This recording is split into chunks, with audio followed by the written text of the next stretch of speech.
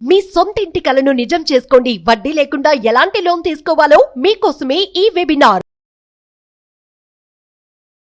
Hi hello నమస్తే, welcome back to our channel. ఈరోజు మనతో ఉన్నారు స్టాక్ మార్కెట్ అనలిస్ట్ అయిన సుందర రామరెడ్డి గారు. సార్తో మాట్లాడదాం. Hi sir. సార్, ఇప్పుడు జనరల్గా చాలా మందికి ఉన్న ఒక ఇన్వెస్ట్మెంట్ అండ్ ఎక్స్పెన్సివ్ ఐడియా ఏంటి అంటే ఇల్లు కొనాలా వద్దా. ఎక్కువ మంది ఏంటి అంటే జాబ్ చేసే వాళ్ళు ఉంటున్నారు హైదరాబాద్ కానీ సిటీస్లో, టైర్ 1 సిటీస్లో. ఇంక టౌన్ టు నెక్స్ట్ ఉండే వాటిలో కూడా మోస్ట్ ఆఫ్ ది పీపుల్కి ఓన్ హౌసెస్ అనేవి ఉంటూ ఉంటాయి. సో సిటీలో ఉండి జాబ్ చేస్తున్న వాళ్ళు ఎవరైతే ఉన్నారో వీళ్ళందరూ కూడా రెంటల్ ఇన్కమ్లో ఉండడం బెస్ట్ అంటారా, లేకపోతే డబ్బులు కూడబెట్టుకొని ఇల్లు కొనేసుకోవడం కరెక్ట్ అంటారా? రైట్. ఇక్కడ 2 థింగ్స్ అండి. హౌస్ అనే సర్కిల్ ఎవరికైనా సరే ఒక ఎమోషనల్ అనమాట. అది సైకలాజికల్ ఫీలింగ్ వస్తుంది, మన అన్న ఫీలింగ్ అనమాట. ఎవరన్నా అడిగితే మేము చిన్నప్పుడు మా ఇంట్లో అక్కడ మా చెట్టు మీద ఇవి గొడవలు ఇలా దూకాం, ఇవన్నీ చెప్తా ఒక మెమరీస్ లాగా ఉండిపోతాయి. అందుకని అద్దెల్లో ఉండాలనే థాట్ ఎవరికి రాదు. ఏదో టైంలో ఒక హౌస్ ఓన్గా ఉండాలనిపిస్తుంది. It's nothing to do with finance, యాక్చువల్గా ఇట్స్ బిహేవియరల్ సైన్స్. వాళ్ళు అట్లా ఓన్గా ఉంచుకోవాలనుకుంటారు, ఎమోషనల్ లాగా ఉంటారు. అందుకని గోల్డ్ ఒకటి, ఈ ఫంక్షన్స్ ఒకటి, ఈ ఇల్లు ఒకటి, ఇవన్నీ ఎమోషనల్ డిసిషన్స్.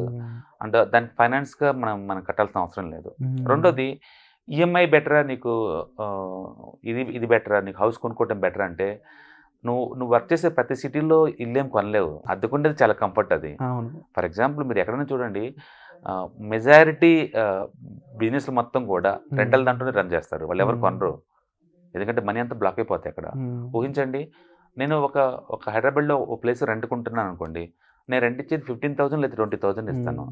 ఇప్పుడు అది నేను కొనాలనుకోండి 50 లక్షలు బ్లాక్ అవుతాయి కదా నాయి. 50 లక్షలు బ్లాక్ అవుతాయి. ఈ 50 లక్షలు తీసుకెళ్ళి ఎక్కడైనా మ్యూచువల్ ఫండ్లో పెట్టుకున్నాను అనుకోండి, మంత్లీ 1 లాక్ వస్తూ ఉంటాయి కదా. నాకు అటు నుంచి 1 లాక్ వస్తూ ఉంటాయి, ఇటు నుంచి నేను ఖర్చు పెట్టేది 20,000 కదా. పైగా నేను ఏ సిటీ కావాలంటే సిటీ మూవ్ అవ్వచ్చు కదా, ఒకసారి ఉండాల్సిన అవసరం లేదు కదా. అంటే మీరు ఒక ఇల్లు కొనాలనేది ఒక ఎమోషనల్ డిసిషన్. రెండోది, మీరు పర్మనెంట్గా ఒకే చోట ఉంటాను అనుకుంటే కొంత అడ్వాంటేజ్ ఉండొచ్చు. మూడోది, ఓవర్ పీరియడ్ టైంలో ఇళ్ళ రేట్లు పెరుగుతూనే ఉంటాయి, తగ్గేదేమి ఉండదు. కానీ ఆ పెరుగుదల అనేది ఎప్పుడు యూజువల్గా ఏంటంటే ఒక 4 to 5% ఉంటుంది. జనాలు ఎమోషనల్గా అనుకున్నట్టు డబుల్ త్రిబుల్ అవటం ఏమి ఉండదు 1 or 2 yearsకో.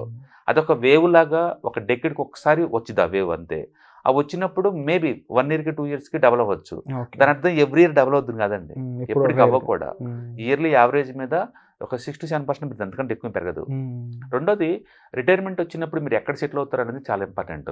సిటీలో ఉందాం అనుకుంటున్నారా, లేదా అవుట్స్కర్ట్స్కి వెళ్ళిపోదాం అనుకుంటున్నారా, లేదా మీ విలేజ్కి వెళ్ళిపోదాం అనుకుంటున్నారా, బెటర్ అనమాట.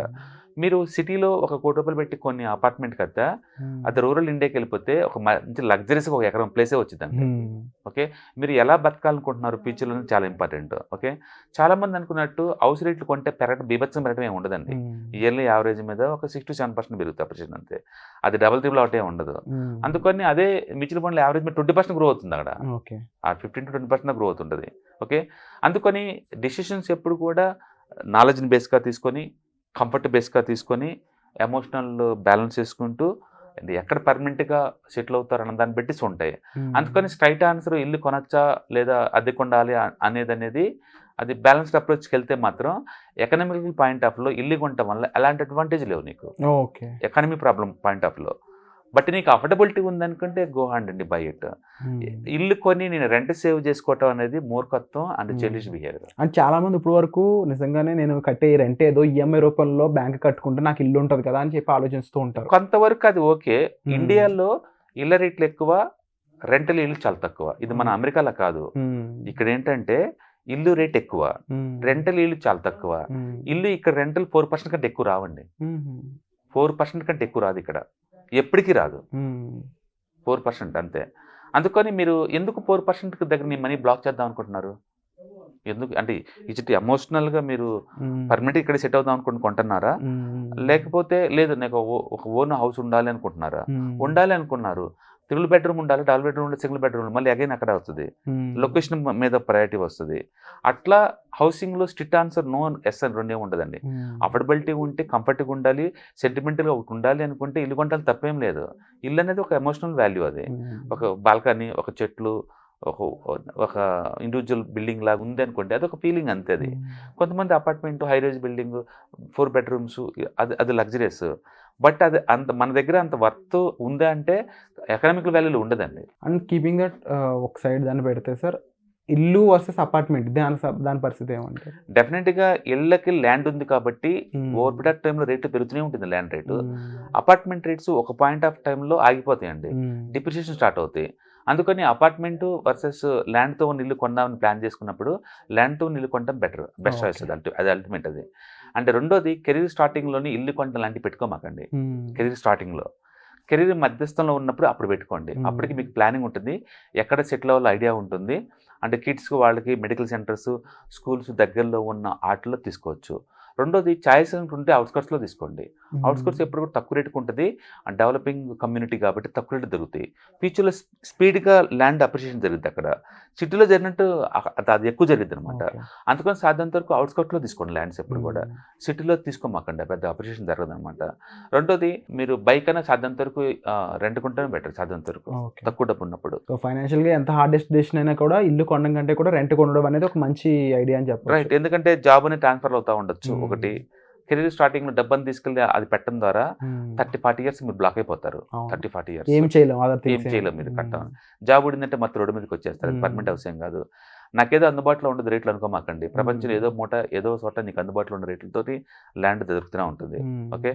And fourth one, stable income ఉందా లేదా, దానికన్నా ముందు హెల్త్ ఇన్సూరెన్స్ ఉందా లేదా, టర్మ్ ఇన్సూరెన్స్ ఉన్నాయా లేవా, ఇవన్నీ చాలా ఇంపార్టెంట్. హౌస్ తో పోల్చుకున్నా టర్మ్ ఇన్సూరెన్స్, హెల్త్ ఇన్సూరెన్స్ చాలా ఇంపార్టెంట్. ఎందుకంటే టర్మ్ ఇన్సూరెన్స్ వల్ల నీ ఇన్కమ్ ప్రొడక్షన్ వస్తుంది, హౌస్ వల్ల ఏం రాదు కదా.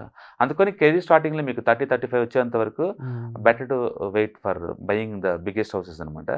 అది దాటిన తర్వాత అప్పుడు మీరు ప్లాన్ చేసుకోండి, లేదా రిటైర్మెంట్ అప్పుడు ప్లాన్ చేసుకోండి. ఎక్కడ సెటిల్ అవుతారో మీకు ఐడియా ఉంటుంది కాబట్టి ఆ ప్లేస్లో మీకు నచ్చినట్టు తగ్గట్టు డిజైన్ చేసుకోవచ్చు. బట్ కెరీర్ స్టార్టింగ్లో మాత్రం స్ట్రిక్ట్లీ నో హౌస్ కొంటాం. ఓకే. 30-35 ఏజ్లో కనుక మీరు కన్సిడర్ చేయొచ్చు. అండ్ హౌసింగ్ కొంటాం ఎప్పుడు కూడా ఇది emotional value compare to economical value. And కొనాలి అని థాట్ వచ్చినప్పుడు మాత్రం ఖచ్చితంగా ఎంత లోన్ మ్యాక్సిమం ఇస్తే అంత తీసుకోండి. చాలా మంది లోన్కి భయపడి ఓన్ డబ్బుతో కొంటారండి. ఓన్ డబ్బు బెటర్ ఈల్డ్ వచ్చే చోట పెట్టండి. బెటర్ ఈల్డ్ అంటే 15%, 20% ఎక్కడైతే రేట్ ఆఫ్ రిటర్న్ జనరేట్ అవుతుందో అక్కడ తీసుకోండి. ఎందుకంటే హౌసింగ్ లోన్ వల్ల బెనిఫిట్ ఏంటంటే ట్యాక్స్ బెనిఫిట్స్ ఉంటాయి అండ్ తక్కువ రేటుకి వచ్చే లోన్స్ హౌసింగ్ లోన్స్ అండి. అందుకని ఇల్లు కొనే వాళ్ళు పొరపాటు కూడా ఓన్ మంత్ అసలు కొనకూడదు. Thank you so much sir. చాలా కాలంగా ఉన్న ఒక యూనివర్సల్ డౌట్ అని చెప్పాలి ఇది, మన తెలుగు రాష్ట్రాల్లో ఇల్లు కొనాలా లేకపోతే రెంట్ కొండాలా అనేది. దానిపై మీ యొక్క పర్సెప్షన్ ఇచ్చినందుకు thank you so much. And చాలా మందికి ఎన్నాళ్ళు అనుకునేది ఏంటంటే రెంట్ కట్టుకునే డబ్బులు ఈఎంఐ కింద కట్టుకుందాం అనుకుంటున్నారు. బట్ అందులో ఉన్న లూప్ హోల్స్ కానీ అందులో ఉన్న నెగిటివ్ ఇబ్బందులు కానీ అవన్నీ కూడా మాకు చెప్పినందుకు thank you so much sir. And చూస్తున్న ఆడియన్స్ ఎవరైతే ఉన్నారో ఇలా చాలా విషయాల్లో గైడెన్స్ లేకపోవడం వల్ల ఫైనాన్షియల్గా చాలా నష్టపోతూ ఉంటారు, ఎంతో నెంబర్ ఆఫ్ ఇన్కమ్ అనేది మిస్ అవుతూ ఉంటారు. సో ఇలాంటి విషయాలన్నిపై మీకు మరింత అవగాహన క్రియేట్ చేయడం కోసం ఫైనాన్షియల్ ప్లానింగ్ వర్క్షాప్ అయితే సార్ కండక్ట్ చేయబోతున్నారు. దాంట్లో జాయిన్ అవ్వాలనుకున్నట్లయితే మీరు డిస్ప్లే అవుతున్న నెంబర్స్ కాల్ చేసి ఇమీడియట్గా జాయిన్ అవ్వచ్చు. Thank you so much. Suman టీవీలో మీ పర్సనల్ అండ్ బిజినెస్ ప్రమోషన్స్ కోసం కింది నెంబర్కి కాంటాక్ట్ చేయండి.